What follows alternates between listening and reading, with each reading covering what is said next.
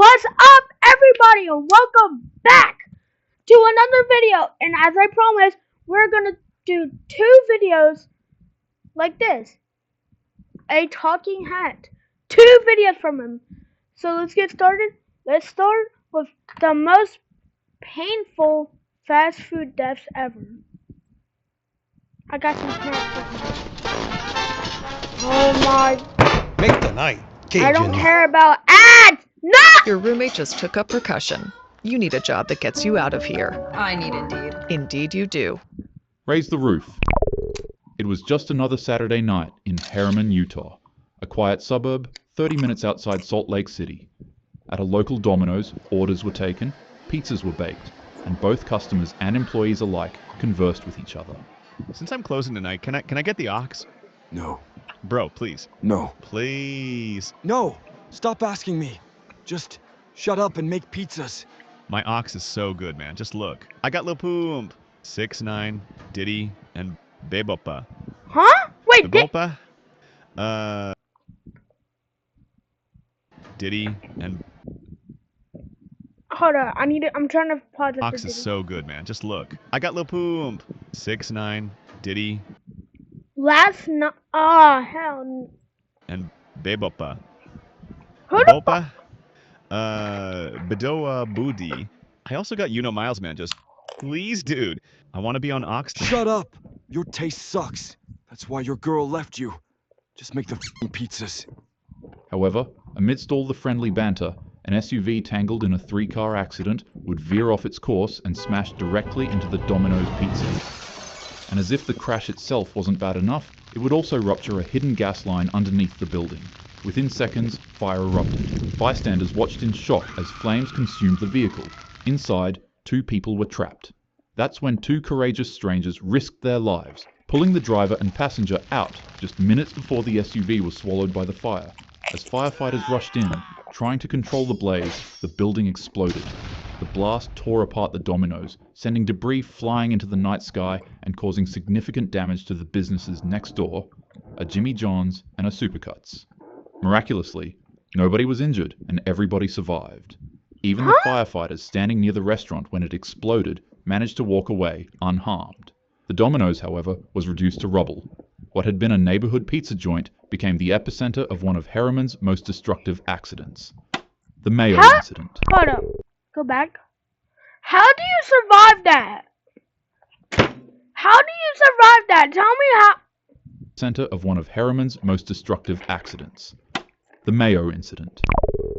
It was supposed to be just another quiet evening shift at a Subway near downtown Atlanta, the kind of Sunday where the streets slow down and customers trickle in for a late-night sandwich. Inside, 2 young employees were working, doing their jobs, making food, and chatting with regulars. As the customers sat down to enjoy their food, the door smashed open and a very odd-looking man walked up to the counter to order a sandwich. What happened next would quickly turn everybody's night into a complete nightmare. With what seemed like an insignificant and easily resolvable issue, tensions began to rise. The disagreement, which could have ended with a simple solution, instead festered, and the customer's anger built up until it boiled over. Words turned into threats, threats turned into physical exclamations, and before you knew it, the psychopath pulled out a weapon. In seconds, before anyone could react, fate was already sealed.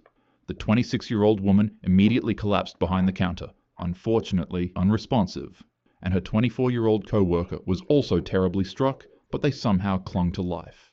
To make it worse, the victim's son was inside the store and witnessed all the horror unfold. Police later arrested the suspect, a 36-year-old man who lived just across the street. He was charged with multiple felonies and later booked that same night. Investigators said the entire incident started simply because he thought there was too much mayo on his sandwich. Wild Wings. It was just after 5:30 p.m. at a Buffalo Wild Wings in Burlington, Massachusetts. The dinner rush was minutes away, and employees were scrambling to prep the floor, the food, and the restaurant. That's when a simple routine cleaning would escalate into a complete catastrophe. You see, earlier that day, a worker had to mop the kitchen floor with a standard acid-based cleaner. Just a little bit later, another worker followed up with more mopping to prepare for the upcoming dinner rush. The only issue was that he was using a chlorine bleach product. The 2 chemical cleaners clearly state that they should never be mixed, and the employee had just begun mopping the entire floor, entirely mixing the two. On contact, the chemicals fused into a bubbling green explosion. They created a dangerous, foaming, toxic mixture that began pumping out lethal gas at high doses. The fumes spread instantly. Employees began coughing, their eyes burning, and their lungs felt like they caught on fire. One by one, people ran for the exit, but the floor was already slick with danger. That's when the manager of the building acted fast and grabbed a squeegee. He wasn't thinking about himself, he was only thinking about his team and his customers. He ran out to the floor and began pushing the toxic sludge toward a drain, trying to contain it before more people could get injured. But, unfortunately, the fumes overwhelmed him. His chest tightened, his lungs burned, and Hold up.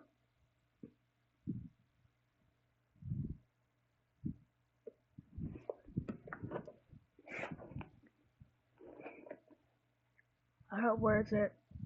This is Bro right now.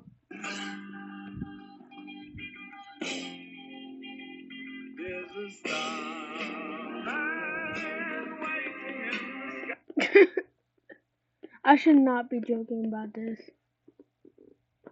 within moments he completely collapsed. Co-workers and bystanders tried desperately to get him outside, but the fumes were too strong. By the time they got to him, it was already too late. 13 people were hospitalized that day, and tragically, the only one who didn't make it out was the manager. The McDonald's incident. It was the early hours of a Sunday morning in Lima, Peru. At a McDonald's in the Pueblo Libre district, the kitchen crew was wrapping up another long, grueling shift. A young 19-year-old woman and her 18-year-old boyfriend were finishing up that night. The two had plans to attend college, and they were both saving up heavily to continue their studies. Unfortunately enough, this night would ensure that they didn't ever see that dream. According to police, the 19-year-old was cleaning a soda machine when it delivered a strong electric shock. Her body jolted violently, not being able to handle the voltage. Gabriel panicked. Desperate to save her, he quickly dropped what he was doing and rushed in to help. But the moment he touched her, the same current began surging through him too. Sadly, it immediately finished him. By the time emergency responders arrived, both of the employees were already done for. Reports surfaced that the 19-year-old had complained about being forced to clean equipment without proper gloves or boots, while also complaining of being pushed into 12-hour shifts without adequate safety gear. Tina's Burritos. It was just another night in Vernon, California, a strange industrial pocket just south of downtown Los Angeles, the kind of place with only a couple hundred residents, but sprawling with massive factories that keep the city supplied. One of those factories is Tina's Burritos, a plant that's been churning out frozen burritos for over 40 years, producing nearly 1 million burritos per day. But on this night, the factory floor turned into the scene of a nightmare. At around 9 p.m., a 19-year-old custodian was tasked with tending to the plant's massive meat grinder. The contraption was full with burrito meat and was waiting to be cleaned, and so, as expected to... Sorry if you guys are hearing munching. I'm eating Doritos right now, so yeah, sorry. The contraption was full with burrito meat and was waiting to be cleaned, and so, as expected to by his job, he began climbing into the inside of the machine to clean it. In this case, the burrito meat grinding machine was not locked, nor was it secure. It's still unclear as to whether an item fell and caused the machine to turn on, or if an employee decided to try to make another batch of burrito meat. But, unfortunately, while the 19-year-old was inside of the machine cleaning out the meat, he would hear the industrial mechanism slowly power up and lock into place. The man panicked and shouted for the machine to be turned off, but his cries fell on deaf ears. Once fully turned on, the machine began grinding. His screams echoed across the factory, finally grasping the attention of workers who then rushed to stop the machine. But by the time it finally shut down, there was nothing anyone could do. Paramedics and firefighters arrived, but the scene was already unspeakable. The young man's fate was already sealed. Unfortunately, he was gone in a way too dreadful to describe. The plant shut down immediately. OSHA investigators arrived, and like similar tragedies before, first responders were faced with the grim task of recovering what was left of his body. The process nearly took an hour for them to complete. Life wasn't always like this. There was a time where we didn't have a Whataburger or McDonald's, but rather just nuts, berries, and whatever else we could find to eat that day. Nowadays, you have access to places like these for a quick meal if you're in a rush. Fast food is extremely unhealthy, and you should never make it a habit to eat it. But if you do find yourself at one of the stores, have patience with the employees. It's a grueling industry to work in. With no further ado, have a happy day. Oh my gosh, that's so cute! Anyways. So, that was only like 10 minutes. Well, it was 8 minutes actually. Just because I paused a bunch. But let's watch. I've watched this one before because I've seen it before. I haven't watched this one. Most painful construction deaths ever. Why is it the most painful? You deserve I the don't know. best. At Harbor Freight, you can afford it. Better get premium. We design our own. Watch your step. Across the United States are large industrial iron foundries that use molten iron to produce things like engine blocks, frames, and structural components for cars and buildings. At the Caterpillar Mapleton foundry in Illinois, molten iron is melted at nearly 2,600 degrees Fahrenheit, a heat hotter than lava and hot enough to obliterate human flesh in an instant. For the workers at this factory, the foundry floor is a place where one wrong step means certain doom, so it's of utmost importance that each crew member moves with caution 100% of the time. On June 2nd, a 39-year-old man would be working his 5th day at his new job. He was tasked with retrieving a sample of molten iron for testing. He spun down a giant metal wheel that caused the molten iron to pour out of the vat. Afterwards, he leaned over the boiling hot iron. He got That's close, dumb. like really He could- close. Oh! And then liquid molten iron popped and exploded all over his face. I'm kidding. He successfully retrieved his sample of iron and returned back to his manager. Unluckily, however, he'd somehow slip on the stage and partially fall back into the molten vat of iron. He tried to escape, but it was impossible. Half of his body was in, half of it was out. And before you know it, in an instant, he was consumed by the roaring orange abyss. Witnesses described what happened as beyond comprehension. He passed away instantly, but not all of him was consumed. Part of his body remained on the steel deck for the coroner to retrieve. Emergency crews rushed in. but it Nah, was they already be way just too making late. There jokes was no about this. Go now! Are you serious? My goat! Go! Emergency crews rushed in, but it was already way too late. There was no saving him. The foundry quickly shut down, investigations were launched, and then questions arose. How could a man with so little training be placed so close to one of the most dangerous areas of the factory? It was literally his 5th day on the job.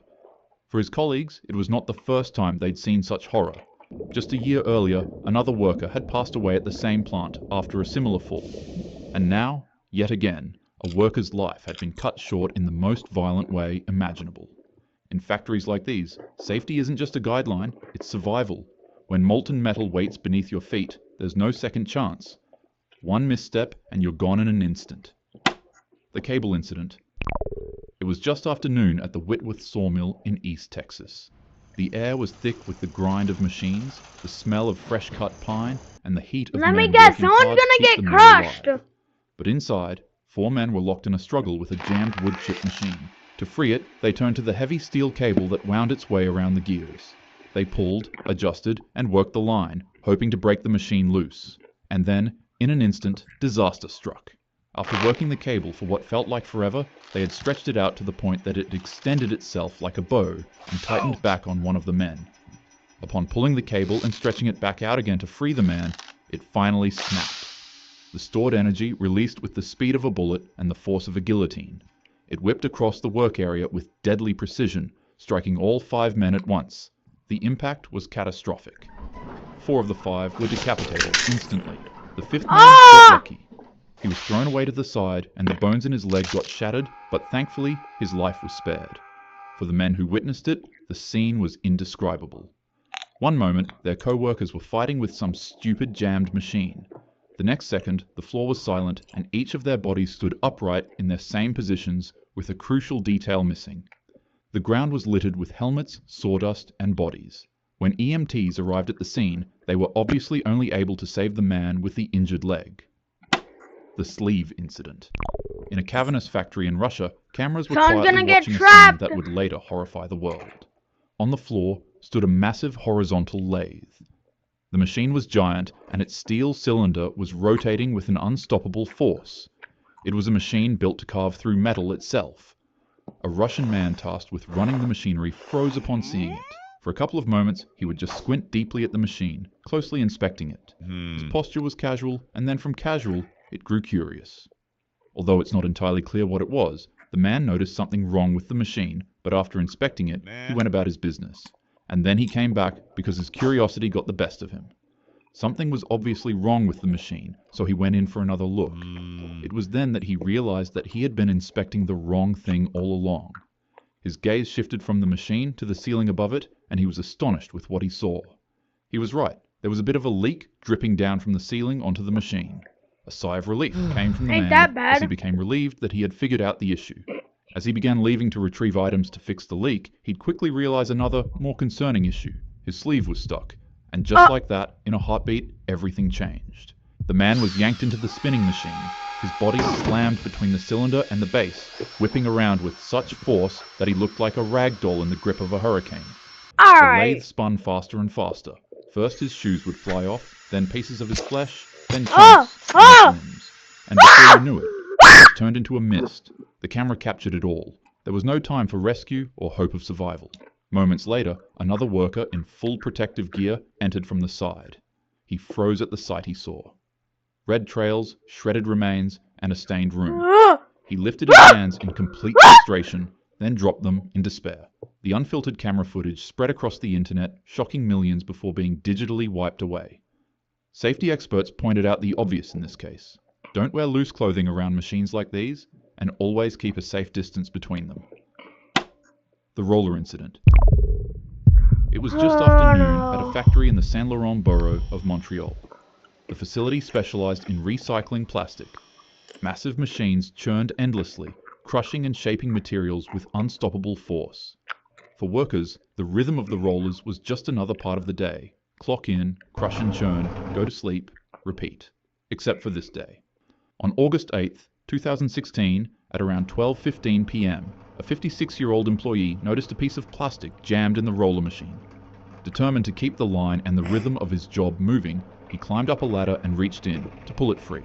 As you could guess, while trying to perform this extremely dangerous task, the rollers would pinch his finger. He'd scream in pain and try to yank it out, but in a split second, his hand was caught and effectively crushed. Unfortunately, that wouldn't even be the worst part. The rollers dragged him in, pulling his body into the unforgiving gear crushing machine. First his hand was sucked in, then his arm, then his head, and then his chest. His torso became wedged into the entry space of 12 centimeters before co-workers rushed to stop the machine. But by the time it halted, his body sat deeply jammed in between a space no bigger than a clenched fist. Insanely enough, however, he was actually pulled out of the machine alive. Despite his body being crushed and broken beyond repair, emergency responders rushed him to the hospital in critical condition, but there really wasn't much doctors could do. The man was literally flattened, so sadly, he succumbed to his injuries shortly after. Behind every phone, car, or laptop I thought he you would use, somehow there is a survive. person who spends anywhere from 8 to 16 hours a day working tirelessly in a factory full of dangerous equipment to grant you these luxuries you have. Life is delicate and quick. It can be here 1 second and gone the next. So, no matter how small, always be grateful for the good you have.